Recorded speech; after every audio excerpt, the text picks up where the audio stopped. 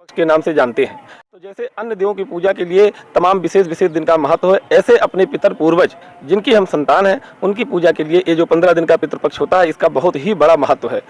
एक मान्यता है, लोग कहते हैं कि पितृपक्ष बहुत अशुभ समय होता है, ऐसा नहीं है। पितृपक्ष बहुत ही पावन काल है। बस ये होता है कि इस पितृपक्ष में देवता भी अपने पितरों के प्रति जो है व्यस्त रहते हैं। मैं हूँ एसपी पांडे, आप देख रहे हैं सर्च 24 इंडिया। देखिए मैं इस समय भरतकुंड पहुँच चुका हूँ और पितृपक्ष लग चुका है। यहाँ पर देखिए ये भारी संख्या में लोग पिंडदान यहाँ कर रहे हैं। आइए हम जानने की कोशिश करेंगे कि पिंडदान क्यों किया जाता है और कैसे किया जाता है, इसमें क्या क्या सावधानी बरतनी पड़ती है। इसके लिए चलिए हम आपको मिलाते हैं भरतकुंड सेवा समिति गया वेदी नंदीग्राम के जो प्रबंधक हैं। आइए हम आपको मिलाते हैं भरतकुंड सेवा समिति के प्रबंधक श्री, शुभ नाम आपका क्या है? अमरीश पांडे। श्री अमरीश पांडे जी से। पांडे जी ये बताइए कि इस धार्मिक स्थल का क्या महत्व है?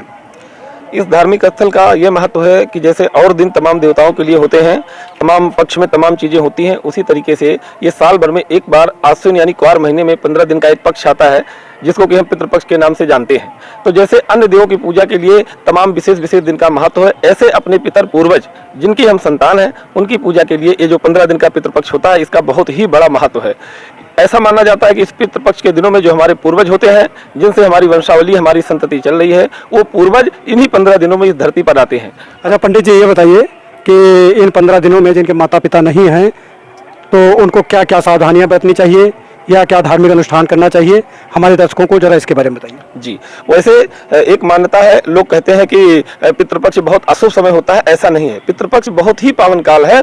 बस ये होता है कि इस पितृपक्ष में देवता भी अपने पितरों के प्रति जो है व्यस्त रहते हैं। ये बहुत ही पवित्र समय है। इस समय जिनके माता पिता नहीं है उनको अगर वो नित्य तर्पण करते हैं, जल द्वारा तिलांजलि देते हैं और जिस तिथि को उनके पितरों का स्वर्गवास हुआ हो उस तिथि को जो है वो पिंडदान करते हैं और साथ में ब्राह्मण भोज वगैरह कराते हैं और लगातार 15 दिन तक तिल से और पानी से तर्पण देते हैं, तो ऐसा माना जाता है उनके पितर बहुत प्रसन्न होते हैं। और हमारी तमाम जो ग्रंथ पुराण है, जैसे श्राद्ध प्रकाश हो गया, श्राद्ध चिंतामणि हो गया, उसमें स्पष्ट बताया गया है कि अगर इन दिनों में हम पितरों को तर्पण करते हैं, पानी देते हैं, पिंडदान करते हैं, भोज कराते हैं, तो इससे पितर हमारे ऊपर बहुत प्रसन्न होते हैं और हमारे जीवन की तमाम कठिनाई, तमाम परेशानी, तमाम पितृदोष, तमाम समस्याओं को दूर करते हैं। तो इसलिए ये पितृपक्ष बहुत पावन दिन है, इसलिए पितृपक्ष के नियमों का जरूर सभी को पालन करना चाहिए। अच्छा ये पंडित जी ये बताइए कि जैसे जो लोग यहाँ नहीं आ सकते हैं, क्या वो अपने घर पे पिंडदान या पितृ तर्पण कर सकते हैं? जी, दरअसल ये है कि पितृपक्ष में जो है स्थान विशेष का भी बहुत बड़ा महत्व रहता है। कोई भी व्यक्ति अपने घर में पिंडदान कर सकता है, लेकिन जो पिंडदान के लिए कुछ विशेष क्षेत्र बताए गए हैं, जैसे अगर हम अपने परिक्षेत्र की बात करें तो नंदीग्राम भरतकुंड हो गया, इसके अलावा अयोध्या जी हो गया या अन्य तीर्थ स्थल काशी हो गया, पिशाच मोचन घाट, राजघाट जैसे स्थान, और गया जो कि पितृपक्ष गया असुर की वजह से वो पितृपक्ष की आप समझिए सबसे ज्यादा भीड़ वहीं पर होती है, लोग वहां तक देने जाते हैं। तो स्थान का भी अपना महत्व होता है, बहुत बड़ा महत्व होता है इन तीर्थ स्थलों का। लेकिन अगर न जा पाए किसी कारण से तो अपने घर पर ही वो तर्पण पिंडदान वगैरह कर सकते हैं और अपने पितरों को प्रसन्न कर सकते हैं। पंडित जी ये बताइए, जो लोग चारों धाम यात्रा पे जा रहे हैं या गया जगन्नाथ जी जा रहे हैं तो पहला पिंडदान उनको कहाँ करना पड़ता है?